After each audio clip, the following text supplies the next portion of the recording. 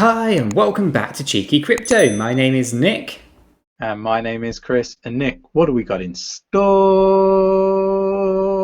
today? Well, today, Chris, we are taking a cheeky look at Bitcoin. We stumbled across an article that we found interesting, and we thought we'd bring this to you guys. So this is an article talking about how Bitcoin is inevitably going to replace the $10 trillion gold market. And, this is something that we can see happening. So we figured, yeah, let's have a look, see what they're talking about, bring it to you guys, and get your thoughts and opinions in the comments down below. So if you find this useful, you know what to do. Go ahead and smash that like button for Chris. He really does appreciate it. And if you haven't done so yet, go ahead and subscribe to the channel. By subscribing, you'll be kept up to date with all of the videos and live streams that we do here at Cheeky Crypto. Right, Chris, should we jump over to the markets, recap what's happened in the last 24 hours, and then get straight on into why Bitcoin is inevitably going to take over the gold market? Yeah, let's do it. Fantastic. So here we are on CoinMarketCap. We have a market cap currently of $543 billion, which is showing that Bitcoin's dominance here at 62.1%. So both slightly up on the day. I think it was about 2 days ago that we saw less than $500 billion, and now we've just see, we're approaching that $550 billion. So quite a lot of money can come and go out of this space very, very quickly. So don't always get too disheartened, I guess, when prices fall. That's just a way of shaking out the weaker hands, as Chris always says. Yeah. Right, so let's see what's happened then. So in 24 hours, Bitcoin here is gone up 2.2%, Ethereum 4.2%, XRP slightly down at 2.7%, Chainlink up 0.02%, so pretty flat there for the day. Cardano up 0.5%, Polkadot 5.9%, Stellar slightly down at 2.3%, VeChain down at 1.7%. We have Algorand here pretty flat at 0.04%. We have Zilliqa at 7.7% up. We have Ren at 0.4 positive, 𝗕𝗘𝗪𝗔𝗡𝗡 0.5 positive, RSR 0.1 positive, Matic 0.3, SingularityNet slightly down here at 3.6, Fetch AI 1.1, and Polymath 2%, Solve 1.7. So pretty negative for those. Harmony is 1.7 positive, and V4 1.1 positive. So the 24 hours we've seen out of the 20 projects that we watch here, a pretty mixed bag, probably 50-50, maybe 60-40, something like that, between the projects. And it's great. The 7 days does tell us a slightly different story. It shows that Bitcoin's actually slightly down at 2.2, Ethereum's down at 0.8, and XRP is actually positive in that 7-day period at 28.3%. Chainlink's down 11%, Cardano's up 7%, Polkadot's down 8%, but Stellar is up a massive 80%. We have VeChain up 5%, Algorand 1%, Zilliqa 27%, Ren down 9%, 𝗕𝗘𝗪𝗔𝗡𝗪 up 1%, and RSR down 17%, Matic down 2%, SingularityNet down 15%, Fetch AI down 11%. Then Polymath is up 7.5%, Solve's up 1%, Harmony is up 2.7%, and V4 10.9%. So again, it shows a slightly different story. We obviously have had XRP and Stellar leading, I guess, the altcoin rallies that have been happening recently. Although they've had slight dips in the last day or two, they are still leading, I guess, the charge here out of the 20 coins that we are watching. So that's what's happened in the last 24 hours, Chris. Anything you want to add to this before we jump over to the article? No, let's get straight into it, Nick. Right, so this is what we came across. So Bitcoin will inevitably replace the $10 trillion gold, according to Binance CEO. Of all the people to potentially come out and say it, it's the Binance CEO. Obviously, we have lots of institutions that have come out and say the same thing. We're going to go and replace gold, and it's going to be gold 2.0. It's going to be more valuable. You hear it all the time, right? But someone like Binance, the CEO of Binance coming out and saying it, that's a pretty strong statement, I find anyway. I'm not sure if you feel differently. Yeah, I think it definitely puts a different twist on it, doesn't it, Nick? And it does interest us. Absolutely. So let's find out why. Why does the Binance CEO say this? So the CEO of the largest cryptocurrency exchange by volume is analyzing the likelihood that Bitcoin will edge out gold as a primary store of value asset. And we can kind of see this happening anyway, which is why we kind of wanted to bring this to you, because it's something that we see happening every single day with Bitcoin, with institutional investors kind of coming on board, talking about it. It's getting a lot of airtime with PayPal, etc. You can kind of see it being a bit of a store of value. That's exactly what the institutions are saying.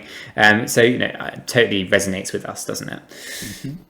So in an interview with Channel News Asia, I'm going to murder the name, so I'm not going to. 𝗕𝗘𝗪𝗔𝗥𝗘, or 𝗕𝗘𝗪, yes, I'm just going to say 𝗕𝗘𝗪, also known as CZ, I should have just started with ZZ, of Binance, and discussed Bitcoin's current rise and asserts that the leading cryptocurrency can replace gold, which is an asset with a market capitalization of $10 trillion.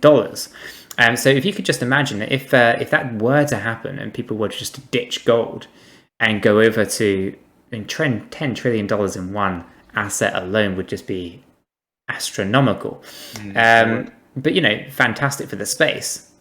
So let's see. This is a quote, right? So it's bound to happen. It's inevitable. And I totally agree with that first line. It is. It's bound to happen, and it's inevitable. We don't like governments printing more fiat, and it's out of our control. At least Bitcoin's with an element of control, right? There's a limited amount of it. They can't make any more. So it's positive news in terms of store of value. So I think Bitcoin is compared to gold in a lot of ways. It does have a lot of properties of a store of value, but it has so many other advantages. Gold is not very divisible. Yeah, it's not very divisible. If you want to sell half of a gold bar, it's kind of hard. If you want to sell half of a gold ring, it's kind of hard. And he's right there. There's a lot of decimal places behind Bitcoin, and it's a fantastic way of looking at it too. So gold is not very easy to transfer. You have to meet somebody physically to actually transfer the gold. It's relatively heavy. If you have to carry it around airports, it's really freaky as well. It's hard to store. You have to have a physical space. Okay, so where sometimes I think there's a generation thing as well. People like to have a physical thing, whereas new generations generally don't mind so much about digital assets, and you can definitely tell it's a thing of the future, and it's coming into reality now. And with lots of institutions coming in, and there are some clear disadvantages to gold, obviously being so heavily tied to fiat currency, heavily manipulated by many. Specifically governments, that you can see why institutions are turning to something like Bitcoin. So let's go on. So it's not very easy to verify. You don't know the density of the gold you're getting, whereas with Bitcoin, you're always guaranteed that if you get some Bitcoin, you got some Bitcoin. So true. And gold is not 100% limited supply. It's rare, but if someone discovers another gold mine, there could be more supply. And Bitcoin is very limited in supply. In the way I view it, is gold is a very good store of value, but its use case is sunsetting. Bitcoin's definitely the future. So that's actually a very good quote. I quite like all of that. It kind of resonates quite strongly with what we talk about on the channel here, Chris. Yeah.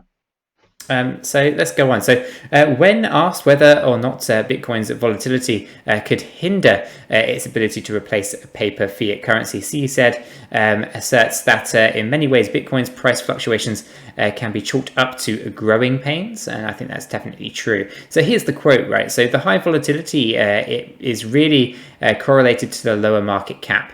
Bitcoin is only about 300 billion of the market cap, whereas compared to fiat, there's close to hundreds or a few $1,000 trillion in circulation. So I think the volatility is just a function of the market size. I don't think it prevents it from growing. In fact, it gives it more room to grow. And I totally agree with that. The more money that goes into the space, the less volatile it will become. And this is something that we need to get our heads around, as such a crypto space is so new, so young. We need to have much more money in to solve those volatility issues. However, with volatility comes the potential for massive gains. So being so early into the space, this is where you can make yourself, with the right kind of projects, become a millionaire or even a billionaire, based on the right kind of investments. So the volatility is negative, but also incredibly positive if you know what you're doing. So in terms of his short-term price predictions for Bitcoin and whether or not it can break $20,000 before 2021, he said hints that it would not surprise him by such a move, and I think it will happen before 2021 too.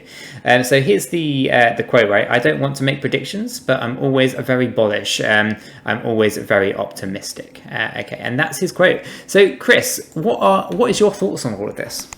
Yeah, for me, I agree with everything that's been said.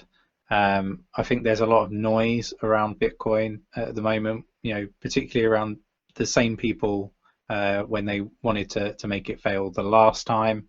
But I use the word noise, not news.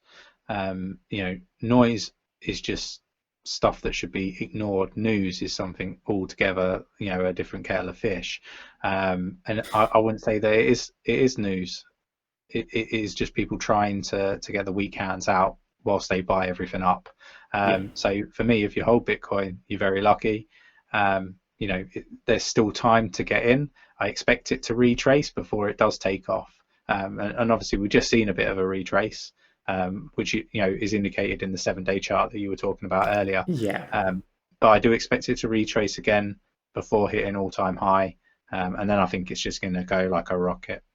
Yeah, absolutely. I'm of the same kind of frame of mind. I'm not 100% certain there's going to be another retracer, and we may have seen that when it came down. I think it was like 14,000, something like that. Potentially that was at the bottom. But I'm certain that we're going to see a new all-time high this year, so just weeks away. And that's going to basically trigger what I believe to be the bull cycle, Chris. Interesting. Yeah, I know. Yeah. Right, so as always, guys, let us know what your thoughts are on the $10 trillion gold market potentially flowing into Bitcoin, in the future. Binance think it's inevitable. I think it's inevitable. Do you think it's inevitable? Let us know in the comments down below. And as always, if you found this useful and informative, go ahead and smash that like button. Chris really does appreciate it. And if you haven't subscribed, go ahead and subscribe to the channel. By doing so, you'll be kept up to date with all of the videos and live streams that we do here at Cheeky Crypto. And with that said, we hope you have a fantastic day, and we'll catch you guys in the next one. Yeah, take care.